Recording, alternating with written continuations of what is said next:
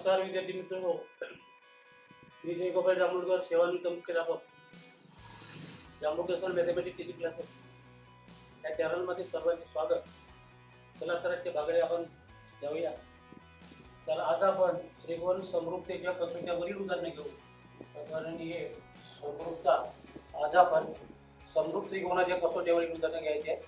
पाठ्यपुस्तकातील page number 21 वर सराव संच 1.3 आहे. मधील उदाहरणे घ्यायचे आहे. तर त्याच्या आपण पहिला पाहूया. उदाहरण 1. आपल्याला पाठ्यपुस्तक पेज क्रमांक 21 वरील सराव संच 1.3 मधील उदाहरण हे या प्रकारे आहे. सोबतची आकृती आहे. या आकृतीमध्ये ABC 75 अंश 75 डिग्री, अँगल EDC बरोबर 75 डिग्री 75 अंश. त्याने विचारला आहे की कोणते दोन त्रिकोण समरूप आहेत आणि कोणत्या कसोटीने. आणि हे जे दोन त्रिकोण समरूप आहे तर दोन त्रिकोणाच्या शिरोबिंदूची योग्य जी संगती लिहा. त्रिकोणाच्या शिरोबिंदूची संगती 6 प्रकारे लावता येते आणि 6 पैकी कोणती आहे म्हणून त्याने योग्य हा शब्द वापरलेला आहे. योग्य ती संगती लिहा. तर याचं उत्तर आपण पाहूया. तर या ठिकाणी आपल्या कसोट्या झालेल्या आहेत कोको को, कोको, बाबा बा, बाकोबा.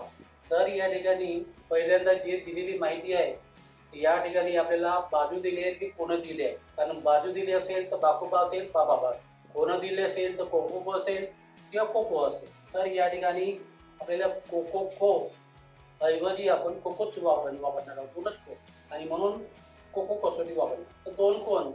तर या ठिकाणी हे दोन त्रिकोणाचा विचार केला तर या ठिकाणी आपल्याला आपण रब करत आहोत. पहिल्यांदा समजून घेतो, संगती लावत आहोत, योग्य ती संगती लावत आहोत. तर संगती लावायची कशी ते समजून घ्या पहिल्यांदा. तर या ठिकाणी B75 जर हा मोठा त्रिकोण जर घेतला, हा मोठा त्रिकोण घेतला ABC, तर ABC मध्ये B75 आहे आणि लहान त्रिकोण जर घेतला तर D75. म्हणजे या ठिकाणी मी रब करत आहोत. इकडे B इकडे D, म्हणजे एका त्रिकोणाचा B दुसऱ्या त्रिकोणाचा D. म्हणजे हे दोन आपल्याला माहिती आहे 75 समान मापाचे कोण असल्यामुळे कारण लिहिता येईल आपल्याला समान मापाचे कोण या प्रत्येकी 75 डिग्री. तर B आणि D. आता नंतर अजून काय माहित आहे तर आपल्याला पाहिलं तर या ठिकाणी हा C कोण जो आहे या मोठ्या त्रिकोणाचा आहे आणि लहान त्रिकोणाचा आहे. ज्याला सामायिक कोण म्हणतो आपण. सामायिक कोण म्हणजे C ह्या दोन्ही ठिकाणी आहे. तर आधी लिहा, शेवटी लिहा, शेवटी. आता आपल्याला त्रिकोणाचे तीन शिरोबिंदू पाहिजेत. तर या ठिकाणी BC झाला तर ए कोणीतरी लिहायचं आहे. तर ABC तुम्ही इकडे लिहू शकता ABC. आणि नंतर ए लिहिला तर उरलेला कोणता होता या ठिकाणी D आणि C. D आणि C संपल्यानंतर E राहिला होता. तर या ठिकाणी E. म्हणजे ही आपल्याला एकाच एक संगती आपल्याला लावता येईल. त्याच्यामुळे आपल्याला कोणते दोन त्रिकोण तर पहिल्यांदा म्हणजे या ठिकाणी B हा 75 होता, C हा सामायिक होता. हे दोन कोण आपल्याला लावता आले. तर उरलेला जो शिरोबिंदू होता तो ए उरलेला होता, इथं E. अशा प्रकारे ही शिरोबिंदू संगती एकदा निश्चित करायची आणि नंतर त्याचं उत्तर द्यायला सुरुवात. तर आपण ABC EDC या शिरोबिंदूच्या संगतीमध्ये तर या ठिकाणी लिहू ABC तर EDC.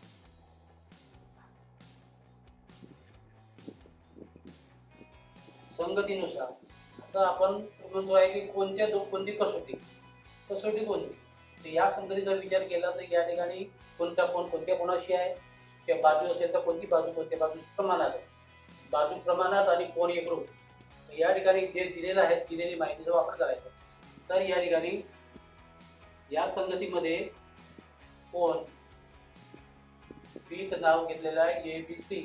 म्हणून ABC हा एकरूप होईल. या दोन कोणाचे माप दिले आहेत 75 आणि समान मापाचे कोण एकरूप असतात आणि म्हणून ABC हा कोण EDC बरोबर. त्याला काय कारण लिहिलं त्यांचा कारण लिहायचं समान मापाचे कोण किंवा प्रत्येकी 75 प्रत्येकी 75 डिग्री 75. आता या ठिकाणी एक कारण झालं. आपल्याला दुसरं कारण पुन्हा लिहायचं आहे कारण दोनच आपल्याला या ठिकाणी B75 आणि D75 हे दोन एक पहिली झाले. दुसरं कारण C चं नाव आपण थोडक्यात लिहू शकतो. आपण या ठिकाणी कोण सी 3 अक्षरी घ्या किंवा 1 अक्षरी घ्या. कोण सी याला सामायिक कोण.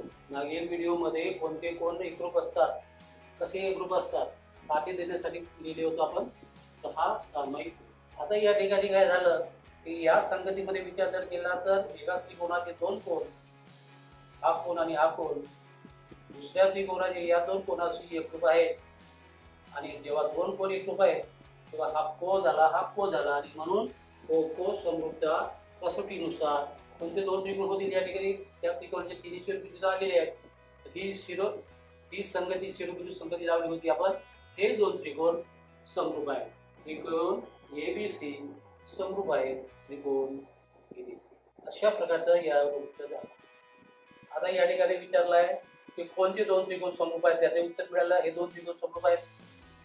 कोणत्या कसोटीने, या कसोटीने ते उत्तर झालं. आणि शिरोबिंदूची संगती लिहा, तर ती संगती आपण दिली. म्हणून या ठिकाणी अशा प्रकारे पहिल्यांदा संगती लावायची आणि नंतर त्याचं उत्तर लिहायचं. तर अशा प्रकारे उदाहरण पहिलं आहे. तर आपण 1.3 मध्ये दुसरं उदाहरण पाहत आहोत. तेही समजून घ्या. बाजूच्या आकृतीतील 2 त्रिकोण समरूप आहेत का? हे 2 त्रिकोण समरूप आहेत का? जर समरूप असतील तर कोणत्या कसोटीनं समरूप, म्हणजे कोणत्या कसोटीनं समरूप आहे तुम्हाला उत्तर लिहायचं आहे. पहिल्यांदा रब करूया.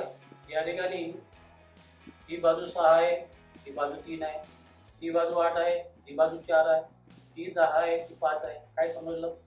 तर या ठिकाणी 6 जे अर्धे 3, 8 आणि 4 2, 8 आणि 4 2 आणि 10 भागिले 5 2. म्हणजे या ठिकाणी बाजू दिली आहे, कोण दिले नाही, बाजू दिलेला आहे. म्हणजे तिन्ही बाजू दिले आहेत. आणि म्हणून ही कसोटी बाबा कसोटी असली पाहिजे. आता खरं बाबा कसोटी आपल्याला माहीत झाली का? कारण इथं तिन्ही बाजूचा विचार केलेला आहे. तिन्ही बाजू दिलेली आहेत. म्हणून या ठिकाणी एखाद्या 2 बाजू आणि एखादा कोण दिलं असतं तर बाबा झाली. तर या ठिकाणी तिन्ही बाजूचा विचार झालेला आहे. म्हणून या ठिकाणी बाबा कसोटी हे समरूप असतील. तर नुसतं असतील म्हणण्यापेक्षा ते आपल्याला सिद्ध करून दाखवायचं आहे, म्हणजे उत्तर लिहायचं. तर या ठिकाणी ही बाजू घेतली तर ही बाजू घ्यावी लागेल. म्हणजे या ठिकाणी PQ एरियम, PQ आहे 6 आणि एरियम आहे 3 बरोबर 2. याला विधान 1 म्हणून दुसरी बाजू ही घेऊ QR आणि एमएन 8 भागिले 4 म्हणजे 2. आणि तिसरी बाजू घेतली PR आणि एरियम बरोबर 10 भागिले 5. ही बाजू 10, ही बाजू 5 आहे. 10 भागिले 5 म्हणजे 2. आता या ठिकाणी विधान 1 2 3 मध्ये उजवी बाजू 2 2 आहे. उजवी बाजू समान आहे म्हणून डाव्या बाजू समान होती. या प्रत्येक तिन्ही गुणोत्तराची किंमत 2 2 दिली आहे. आणि म्हणून या ठिकाणी विधान 1 2 3 वरून आपल्याला कोणतेही PQ पाहिजे बरोबर QR आपण एमएन बरोबर PR आणि म्हणजे या ठिकाणी विधान 1 2 3 वरून आपल्याला समजलं की तिन्ही गुणोत्तर सारखे आहेत. याचा अर्थ असा की या ठिकाणी ह्या बाजू एका त्रिकोणाच्या 3 बाजू दुसऱ्या त्रिकोणाच्या 3 बाजूशी प्रमाणात आहेत. म्हणजे संगत बाजू प्रमाणात आहेत.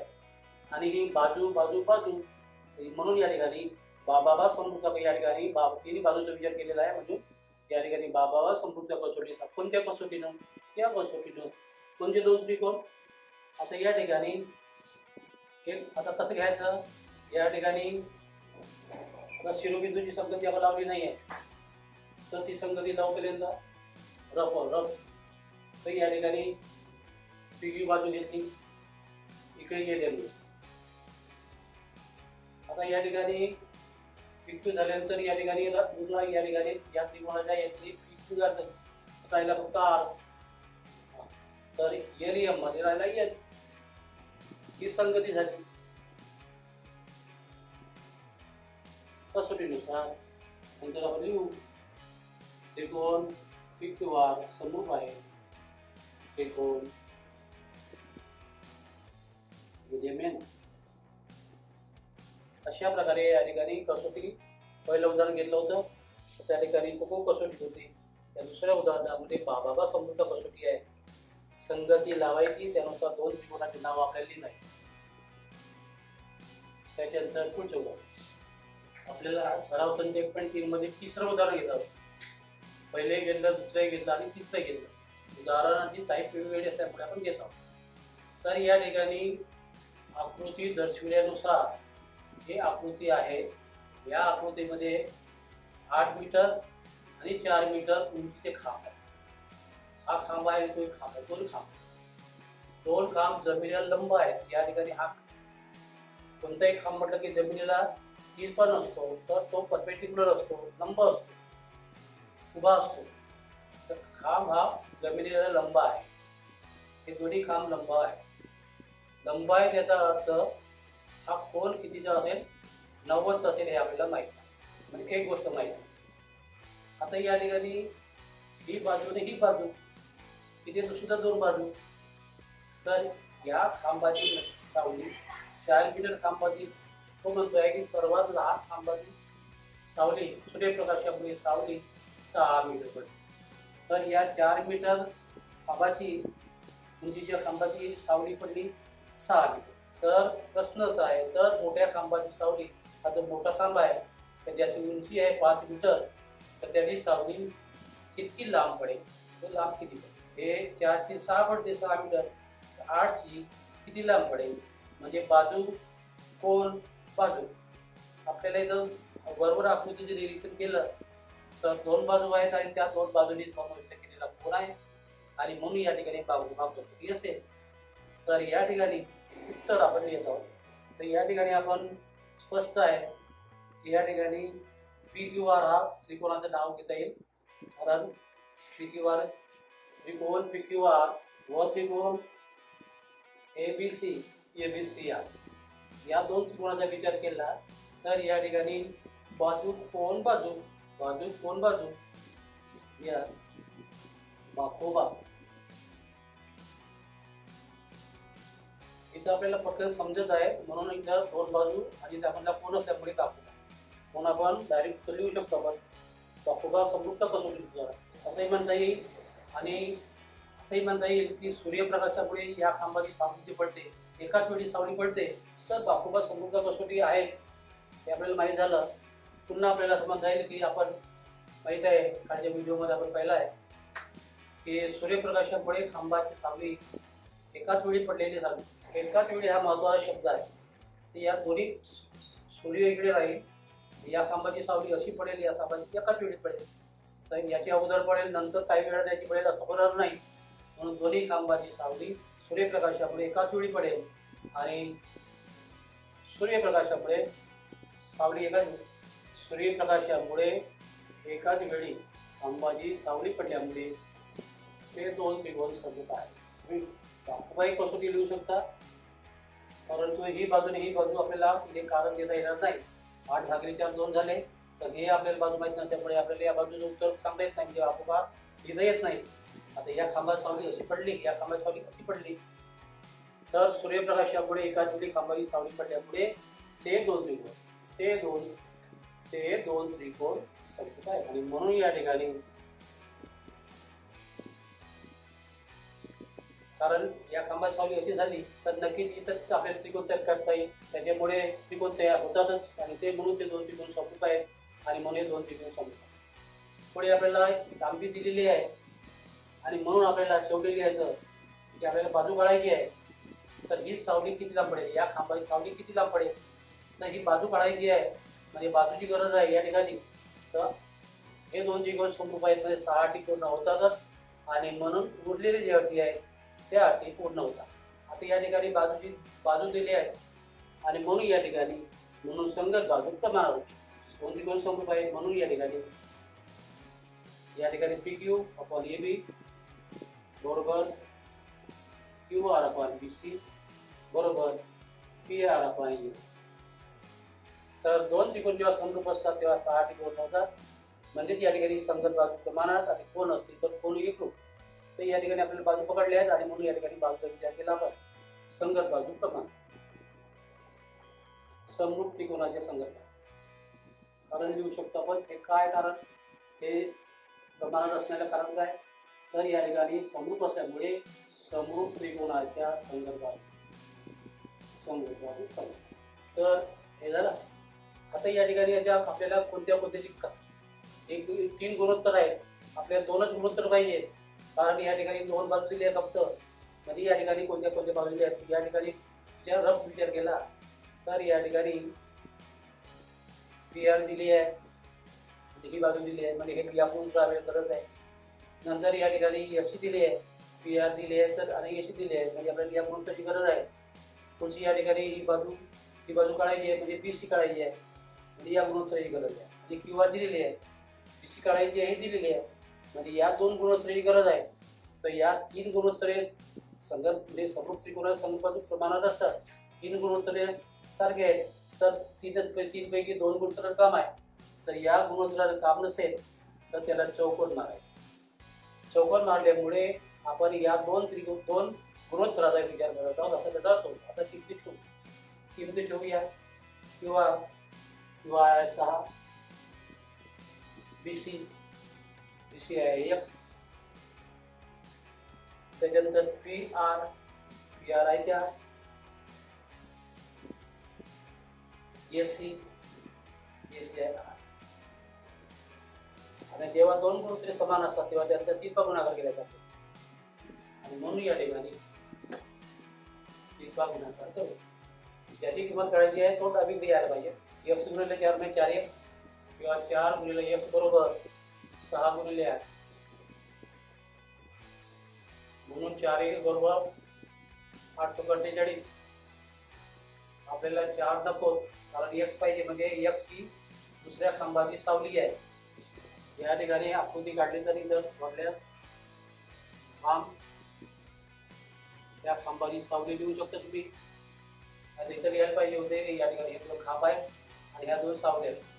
ते न लिहिता आपण डायरेक्ट घेतलं तर या ठिकाणी उत्तर आपण इकडून शोधायला पाहिजे. आपण इथूनच सुरू.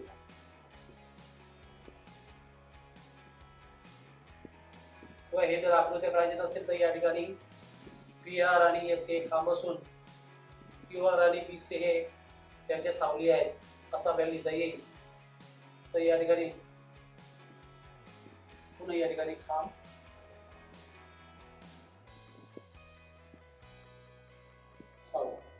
आणि या ठिकाणी 3 गुणाकार केला तर 4x बरोबर 43. आपल्याला x पाहिजे, म्हणजे या खांबाची सावली काढायची x, म्हणजे 4 म्हणजे 1x पाहिजे. 4 नको, 4 टाकून 4 गुणच आहे. 4 हटवण्यासाठी 4 भागले 4 1 होतात, म्हणून 4 टाकू. 4 1 भागिले 4 43 झाले. 4 4 63, 4 1 4, 4 दुनी 12. आणि म्हणून या ठिकाणी दुसऱ्या खांबाची सावली, तर प्रश्न विचार होता दुसऱ्या खांबाची सावली किती लांब पडेल, आणि म्हणून दुसऱ्या खांबाची सावली 12 आहे. तेवढं तिथं सेंटीमीटर असतं सेंटीमीटर झालं असतं, किलोमीटर असतं किलोमीटर झालं असतं. तिथे मीटर असल्यामुळे मीटर माप या ठिकाणी सर्व माप समान आहे, म्हणजे या ठिकाणी मीटर 12 मीटर लांब पडेल.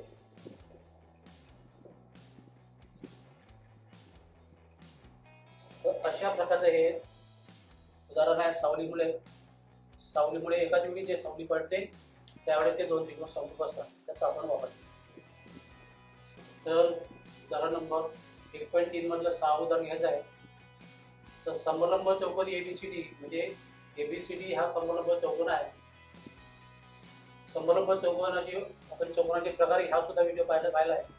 तर त्या व्हिडिओमध्ये आपण म्हटलं होतं की समलंब चौकोन त्याला म्हणतात की ज्याची एक जोडी फक्त समांतर असते. एक जोडी समांतर असते त्याला समलंब चौकोन म्हणतात. दोन्ही जोडी समांतर असतील तर समांतरभुज चौकोन. या ठिकाणी एक जोडी हा समलंब चौकोन आहे, म्हणजे समभुजाची एक जोडी AB आणि BC या 2 बाजू परस्परांना समान. त्याचे कर्ण AC आणि BD O या बिंदूत चिकतात, आणि त्या चौकोनामध्ये जर AB लांबी 20 असेल, AC बरोबर 6 असेल, OB 15 असेल तर OD किती. तर या ठिकाणी समलंब चौकोन AB ही सर्वात मोठी आहे, 20 आहे. AB CD आपल्याला चौकोन बनवायचा आहे. ही जोडी समांतर काढली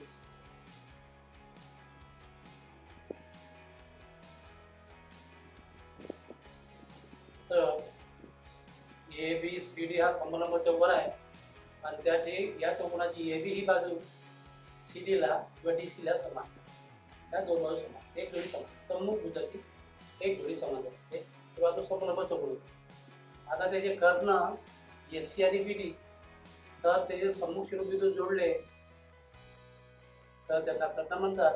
हा एस सी कर्ण झाला आणि हा दुसरा कर्ण आहे B D, S C B D, O या बिंदू छेदतात. ए बी बरोबर 20, सी बरोबर 6, ओ बी, तर ओ बी बरोबर अशा प्रकारे दिलेला आहे. तर आपल्याला ओडी शोधायची आहे. ओडी ही बाजू किती? तर आपण हे उदाहरण अशा प्रकारे आहे. तर समलंब चौकोन A B C D, A B C D हा ही एक बाजू, त्याकडे ए बी हे डी सी ला समांतर आहे, ए बी हे डी सी ला समांतर आहे आणि म्हणून याचं उत्तर आपण देऊ ए बी डी सी ला समांतर आहे आणि म्हणून ए बी सी डी हा समलंब चौकोन आहे. तर या ठिकाणी दोन त्रिकोण आपल्याला विचार करायचे आहे. तर या ठिकाणी बाजूचा जर विचार केला तर एक बाजू, तर एका बाजूचं गुणोत्तर माहिती, पण दुसऱ्या बाजूचं गुणोत्तर आपल्याला काढता येणार नाही, कारण दुसरी बाजू आपल्याला माहित नाही. आणि म्हणून या ठिकाणी आपल्याला या ठिकाणी कोणाचा दुसरी गोष्टीचा विचार केला तर या ठिकाणी दुसरी म्हणजे हा कोण आपल्याला पकडता येईल, कारण हा कोण या कोणाची हे व्यक्ती कोण आहे ते आपण पहिल्यांदा सिद्ध करून किंवा आपण संगती लावूया. तर या ठिकाणी कोणताही एक त्रिकोण पकडायला, लहान पकडा तर मोठा पकडा, आपण मोठा जर पकडला, मोठा जर पकडला तर रफ करत आहोत. तर मोठा त्रिकोण या ठिकाणी बी कोण, या त्रिकोणाचा बी कोण याला डी कोणाशी, याला आहे व्यक्तुम कोणानुसार एक कोण, म्हणून बी हा डी बरोबर. नंतर हा कोण तर आपल्याला माहित नाही, आई कोण आपल्याला माहित नाही, म्हणून या ठिकाणी आपल्याला हा कोण आपल्याला कळता येईल. तर या ठिकाणी हा कोण म्हणजे या ठिकाणी दोन रेषा परस्पर छेदल्या, हा एक जोडी ही जोडी नेहमी एकरूप असते, विरुद्ध कोण नेहमी एकरूप असतात आणि म्हणून या ठिकाणी आपल्याला या ठिकाणी ओ पकडता येईल. तो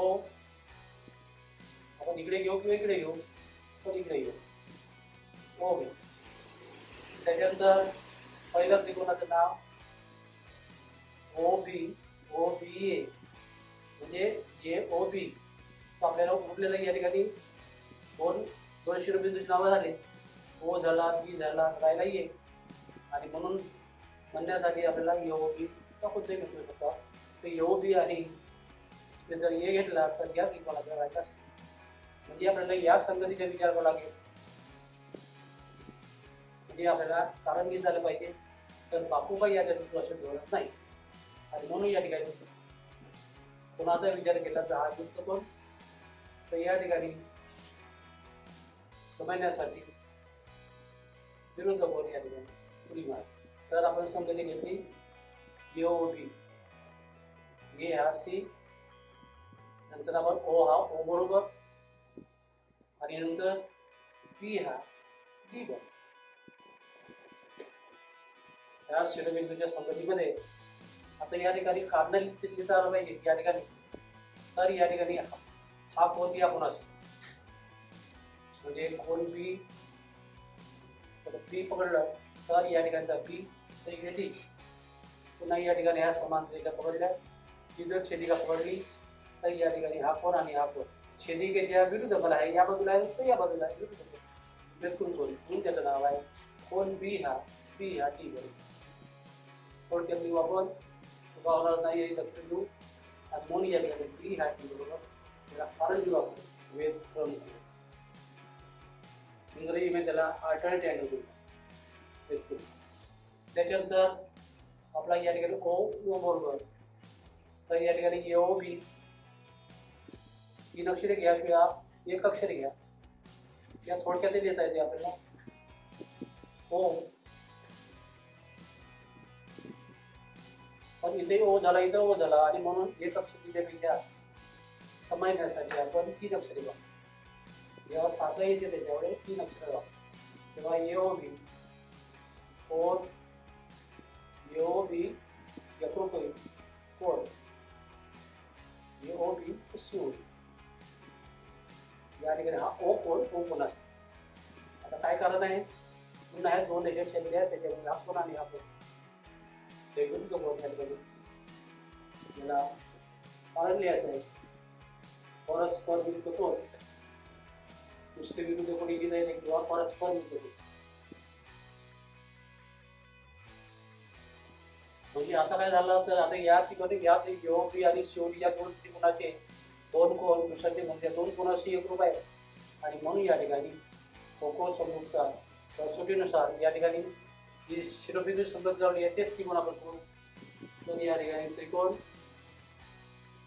योगी समूह त्रिकोण शिवडी. आता कारणचा आपण इथं लिहिलं आहे. आता आपण कारण लिहिलं शकतो लिहित आलं. आता हे दोन त्रिकोण समरूप नव्हते तर या कसोटीनं हे दोन कोण दाखवल्यामुळे हे समरूप झाले आणि हे दोन त्रिकोण समरूप झाल्यामुळे 6 त्रिकोण होतात. त्याच्यामुळे बाजू समानात होती आणि संगत कोण हे थोडे एकरूप. आपल्याला कोणाची काही गरज नाही आहे, बाजूची गरज आहे कारण बाजू आपल्याला काढायची आहे आणि म्हणून या ठिकाणी याच्या बाजू घेऊ. म्हणून या ठिकाणी यो किंवा ओए या ठिकाणी सीओ ओशी पहिल्या दोन बाजू पहिले दोन संगत बाजू आपल्याला लिहायचे आहेत. नंतर ओबी ओडी पहिले दोन नंतरचे दोन आणि नंतर तो कवाचे दोन एबी आणि सीडी.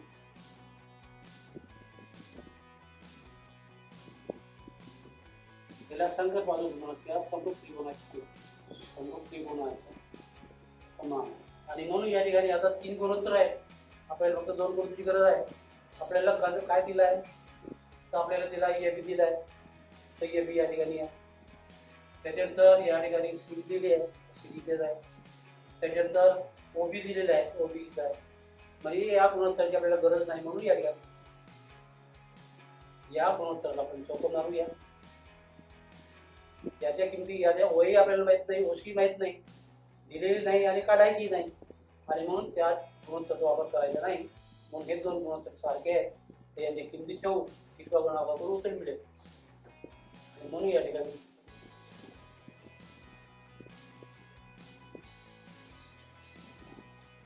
ओडी आहे 15 नंतर ओडी काढायची आहे बरोबर एबी एबी आहे 20 सीडी सीडी आहे किमती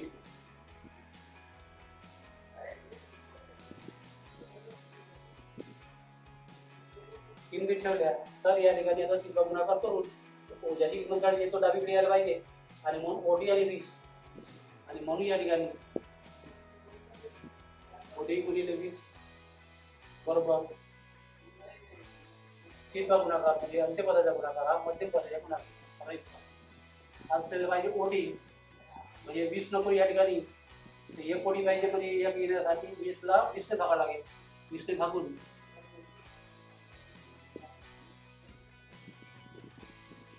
भागलं तर या ठिकाणी ओडी 20 कॅन्सल होईल आणि या ठिकाणी ते पण 20 भागलं तर 20 कॅन्सल झाले तर या ठिकाणी 15 गुणिले 6 20. आता या ठिकाणी याला सोड लागेल तर या ठिकाणी इथे जर विचार केला तर 5चा भाग 15 आणि 20 मध्ये 5चा भाग 5 3 15 5 24. आता 4 आणि 6चा विचार केला तर 4 आणि 6 मध्ये 2चा भाग जातो कसोटी झालेले आहेत म्हणून बेदुरीच्या 42 आणि म्हणून या ठिकाणी ओडी बरोबर बरोबरच्या चिन्हाखाली बरोबर चिन्ह यायला पाहिजे. पाहायला थोडं चांगलं दिसते या ठिकाणी 3 गुणिले 3 महिना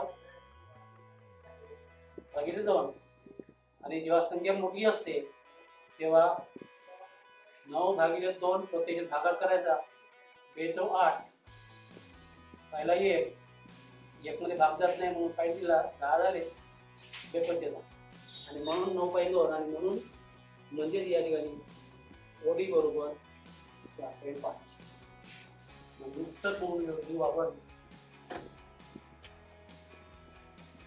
तर ओडी शोधा ओडी बरोबर 4. अशा प्रकारचा आपल्याला उत्तर मिळालं. या ठिकाणी 20ला 6ला आणि या 15ला मीटर, सेंटीमीटर, फूट, यार्ड, इंच वगैरे काही दिलेलं नाही आहे आणि म्हणून या ठिकाणी या एकक लिहू शकतात. कोटी बरोबर 4.5 एकक दिले नाही म्हणून आपल्याला एकक म्हणजे हे दंड झालं. एकक म्हणजे मीटर येऊ शकते, सेंटीमीटर होऊ शकते, फूट होऊ शकते, इंच होऊ शकते, यार्ड होऊ शकते. या ठिकाणी माप काय दिले नाहीये आणि म्हणून त्या मापाचं नाव या ठिकाणी दंड नाव आहे आणि म्हणून ओडी बरोबर 4.5 घेतो. अशा प्रकारचे या ठिकाणी उदाहरण पाहिलेले आहे. तर हे उदाहरण आपल्याला समजले असतील. जर समजले असतील तर हा व्हिडिओ लाईक करावा, चॅनलला सबस्क्राईब करा. Stay connected. थँक्यू.